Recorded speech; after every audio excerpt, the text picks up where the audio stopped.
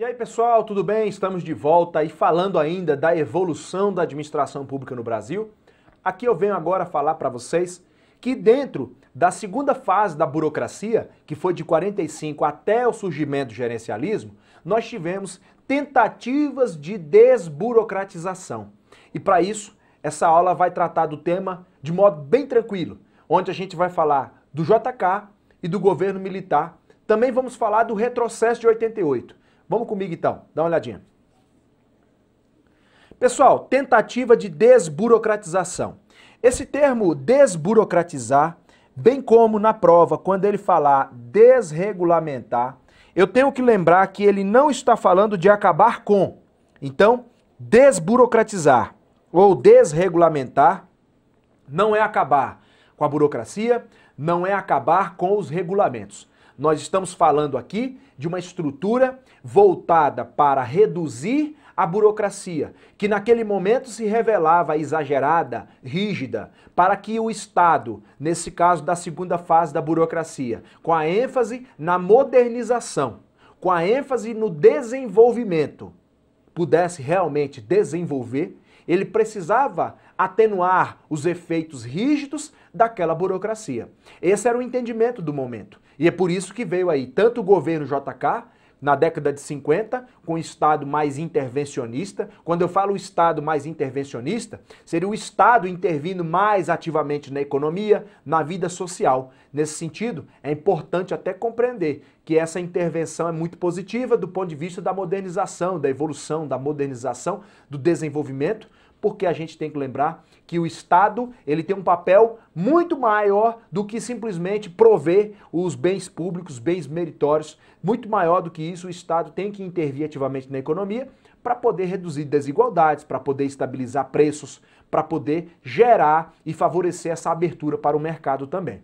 Isso a gente vai ver posteriormente. Mas nesse primeiro momento, vamos falar de tentativa de desburocratizar. Vamos comigo dar uma olhada no primeiro slide sobre o tema.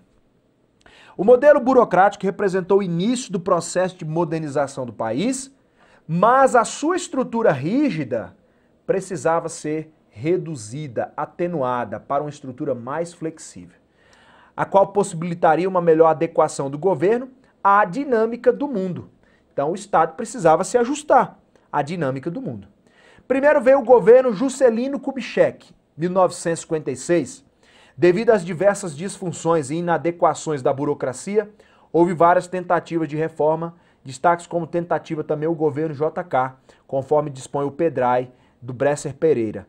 Com a criação de comissões especiais, com a comissão de estudos e projetos administrativos, objetivando a realização de estudos para a simplificação dos processos administrativos e reformas ministeriais, e a comissão de simplificação burocrática, que visava a elaboração de projetos direcionados para reformas globais e descentralização de serviços, nós temos aí o governo JK. O propósito era reduzir a burocracia no Brasil. O que se percebia nesse momento aqui é que eu tinha um Estado com uma estrutura extremamente híbrida, porque de um lado lembrava a burocracia, com a administração direta, uma estrutura mais rígida, centralizadora. Mas, por outro lado, eu tinha ali algumas figuras da administração indireta que já mostravam ali flexibilidade, descentralização, características típicas do gerencialismo. Então, aí eu tenho, no governo JK, essas comissões, essas reformas ministeriais, que já representam tentativas de reduzir a burocracia no Brasil. Agora, eu preciso tomar cuidado. Você precisa tomar cuidado. Na prova, você já teve questão aí falando, eu já vi questões falando, que a primeira tentativa de reduzir a burocracia no país foi o Decreto-Lei 200 de 67 do governo militar. E a questão do gabarito definitivo foi correta. Essa foi até uma questão de 2018 do Conselho Regional de Medicina do Distrito Federal e o concurso foi da banca Quadrix. Lembrando que lá nessa prova para administrador, teve uma questão falando que a primeira tentativa de reduzir a burocracia no Brasil foi o Decreto-Lei 267 e estava certa a questão. Por que eu preciso tomar cuidado? Porque eu não posso também negligenciar o governo JK, que também trouxe ferramentas como as comissões especiais para simplificar a burocracia, que representam a desburocratização ou tentativa de desburocratização. Aí eu tenho que lembrar que, caso caia na prova que JK trouxe as comissões, simplificou a burocracia, certo. Se eu disser que foi a primeira tentativa de desburocratização, o Decreto-Lei 200, certo também. Por que certo também? Porque JK, ele tem as comissões, tem as reformas ministeriais, tem as tentativas dele. Mas o Decreto-Lei 200 é uma norma legal dentro do governo militar, representou a primeira tentativa de reforma, nesse caso a primeira tentativa de reduzir, melhor dizendo, a burocracia no Brasil. E nesse caso, dá uma olhadinha. Olha essa questão. Entre os anos 50 e 60, aí você vai lembrar do governo JK, que por exemplo veio em 56, o modelo de gestão administrativa proposto está voltado para o desenvolvimento. Sim, era a segunda fase da burocracia, era a ênfase no desenvolvimento da nação, especialmente para a expansão do poder de intervenção do Estado na vida econômica e social do país. Questão perfeita. E essa intervenção do Estado na vida econômica e social do país tem um aspecto extremamente positivo, tá? Então a questão correta. Agora, vamos continuar e falando agora ainda das tentativas de desburocratização do governo militar, Decreto-Lei 200. Ele foi considerado também já a primeira tentativa de reduzir a burocracia no país, tá? Então, se disser, é verdade também. Em 64, com os militares no poder, ampliaram-se as ações intervencionistas do Estado e o Decreto-Lei 200 destacou-se por expandir a administração indireta. Então, o que nós temos nas reformas de 67? Na reforma de 67, nós temos uma ênfase na descentralização, porque o que, na verdade, ele evidenciou foi a administração indireta. Esse Decreto-Lei 200, pessoal, foi ele quem criou as autarquias, empresas públicas, sociedade, economia mista e fundações. Então, veja, eu posso falar aqui que havia uma estrutura centralizada politicamente na administração direta, sim. E que havia descentralização administrativa na indireta? Sim, também. Então, centraliza politicamente, descentraliza administrativamente. Essa é a estrutura aqui do governo militar com esse Decreto-Lei 200. Vamos voltar no slide? Olha lá. Então, aqui eu tenho o seguinte, o Decreto-Lei 200 trouxe mudanças significativas, pois alguns autores, inclusive por isso, apontam o referido decreto como marco, tá vendo? Marco para quê? Para o início da administração gerencial. O governo militar realizou o programa de reformas de base, elaborando o Estatuto da Terra. O referido estatuto promoveu uma reforma tributária, reorganizou o sistema bancário, reestruturou o ensino universitário, realizou uma ampla reforma administrativa. O objetivo, no momento, era solucionar duas questões chaves. O que é que esse projeto aqui dos militares desejava? Primeiro, a ausência de coordenação das ações do governo e o excesso de centralização à cúpula da administração direta. Então, são duas questões que querem solucionar. Primeiro, falta coordenação das ações do governo e o excesso de centralização à cúpula, que faz aí com que, por isso mesmo, eles trazem aí a administração indireta, as fundações, autarquias, empresas públicas, sociedade, economia mista. Olha essa questão, por exemplo, acerca da estruturação da máquina administrativa de 1930, julgue os itens. A reforma administrativa de 67 promoveu a centralização progressiva. 67 você vai lembrar do Decreto-Lei 200. Está falando que promoveu a centralização progressiva. O Decreto-Lei 200 expande a administração indireta. Então, nele você vai falar de descentralização. Ele fala de centralização progressiva das decisões do Poder Executivo Federal nos moldes da administração burocrática. Você vê, né, pessoal? Na verdade, a questão está errada, porque, na verdade, embora a burocracia seja realmente centralizadora, a reforma de 67 vai fugindo disso, né?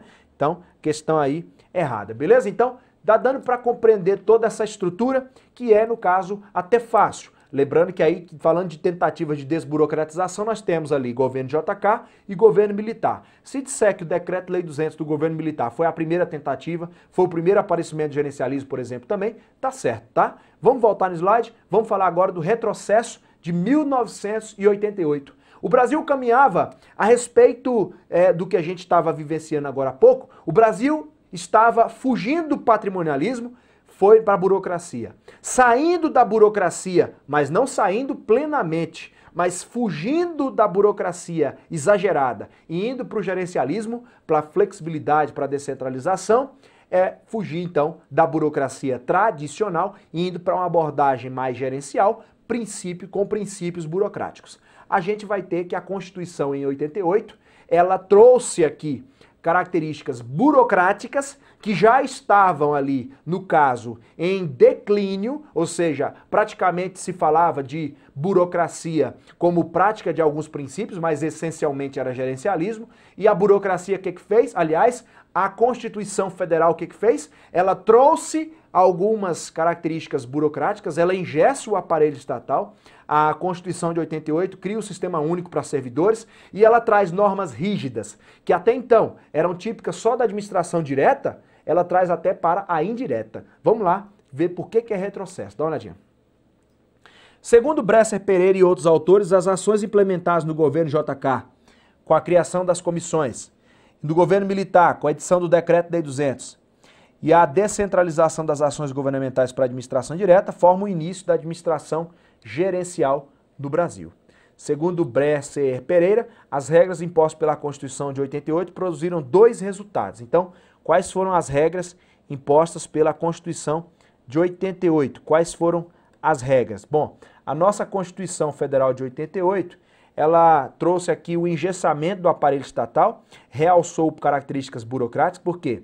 Primeiro, o abandono do caminho rumo a uma administração gerencial e a reafirmação de ideais da administração burocrática, tá? Então, na verdade, é por esse motivo que é chamado de retrocesso, não é à toa.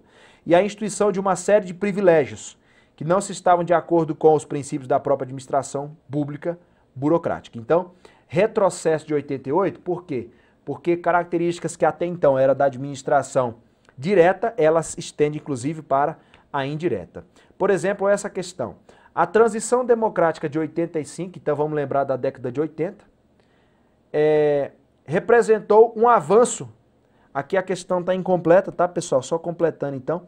A questão, ela está escrita incompleta. Aqui, ó. A transição democrática de 85 representou um avanço. Ah, não está incompleta, não. Representou um avanço na modernização da administração pública. Bom, quando fala que da década de 80 representou um avanço, já está errada a questão. Por quê? Porque, na verdade, foi um retrocesso. E olha que ele explicou bem, ó. Na medida em que atribuiu a administração indireta, então ele atribui à indireta normas de funcionamento idênticas às que regem a administração direta. E detalhe, se ele pega da administração direta e atribui as normas delas, inclusive para a indireta, até mesmo para as estatais, isso não é avanço, isso é um retrocesso, questão errada, porque ele falou que é um avanço.